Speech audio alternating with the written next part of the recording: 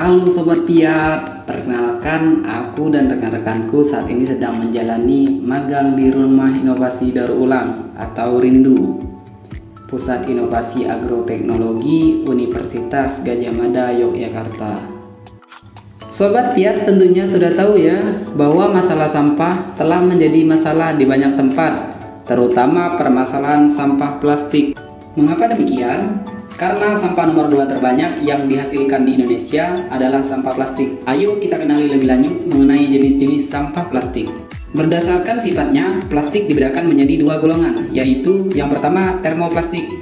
Jenis plastik ini dapat digunakan dengan pemanasan dan dapat dicetak ulang. Termasuk di dalamnya adalah jenis PET, PE, PP, PVC, dan polistirena. Yang kedua ada termoset. Jenis plastik ini adalah bahan plastik yang jika telah dibuat dalam bentuk padat, maka tidak dapat dilelehkan kembali dengan cara pemanasan. Jenis plastik ini tidak dapat dibentuk kembali dengan pemanasan, contohnya adalah melamin, plastik multilayer, epoksi, poliuretan, plastik metalisasi, dan lain-lainnya. Sobat Piat tahu nggak kalau sampah plastik memiliki berbagai macam kode loh? Agar lebih tahu lebih jelas, ayo kita pantengin terus. Yang pertama, plastik kode 01 PET atau polyester. Plastik ini biasa digunakan untuk kemasan makanan dan minuman karena kemampuannya untuk menjaga makanan agar tetap kedap udara dan juga memastikan keutuhan gas karbon dioksida di dalam minuman berkarbonasi. Pada suhu tinggi, lapisan polimer plastik yang berkode 01 atau PET akan meleleh dan mengeluarkan zat karsiogenik yang dapat menyebabkan kanker pada jangka panjang. Melalui daur ulang, plastik PET dapat dibentuk menjadi serat, kain, lembaran plastik, atau komponen kendaraan. Selanjutnya, plastik kode 02 HDPE atau High Density Polyethylene.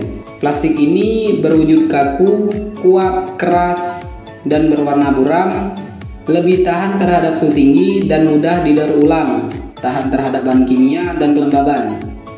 HDPE contohnya digunakan sebagai kantung belanja, karton susu, botol jus, botol sampo, dan botol kemasan obat.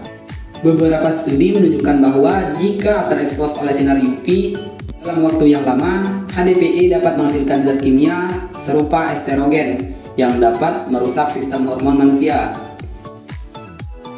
Selanjutnya, plastik kode 03 PVC atau polyvinyl chloride. PVC relatif tahan terhadap sinar matahari dan beragam cuaca. Namun jenis plastik ini tidak disarankan untuk dipakai mengemas makanan dan minuman karena memiliki kandungan DEHA yang di dalamnya akan bereaksi saat bersentuhan langsung dengan makanan serta berbahaya bagi kesehatan ginjal dan hati. Oleh karena itu, PVC merupakan jenis plastik yang sulit dan tidak umum untuk didaur ulang.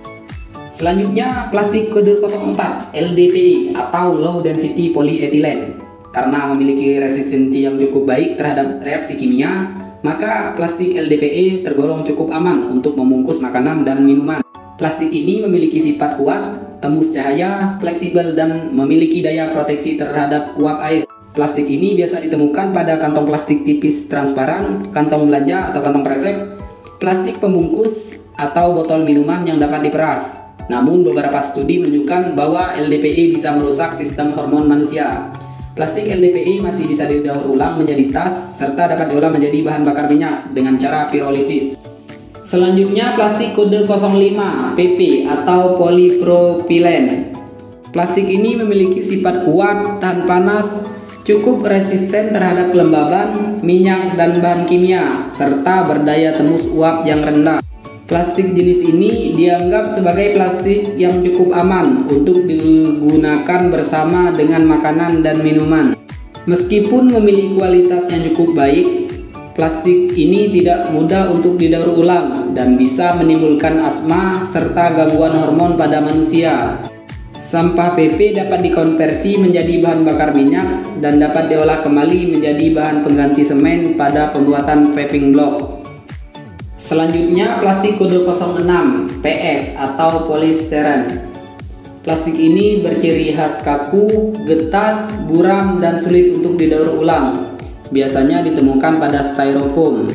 Plastik jenis ini sangat tidak disarankan untuk digunakan sebagai pembungkus makanan atau minuman. Bahan styren yang terkandung di dalamnya dapat dengan mudah menyebar pada makanan.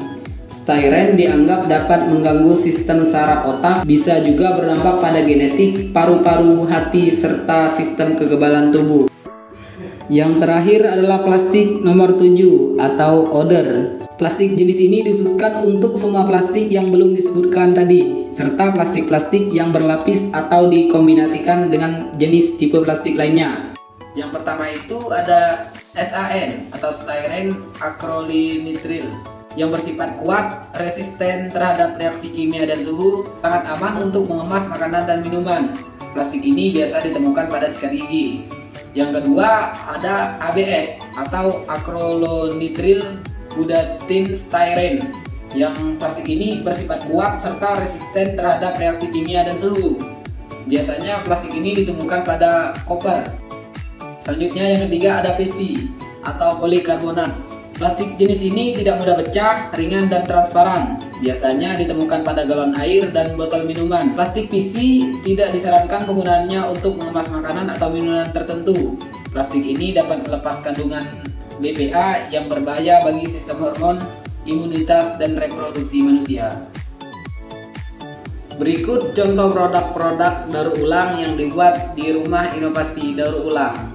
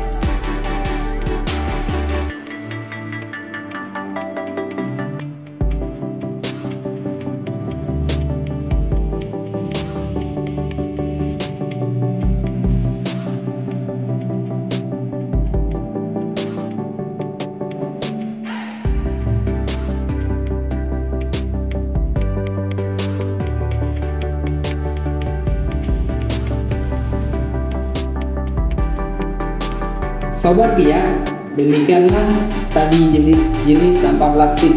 Semoga dari penjelasan tadi Sobat Biak bisa lebih bijak ya dalam menggunakan sampah plastik.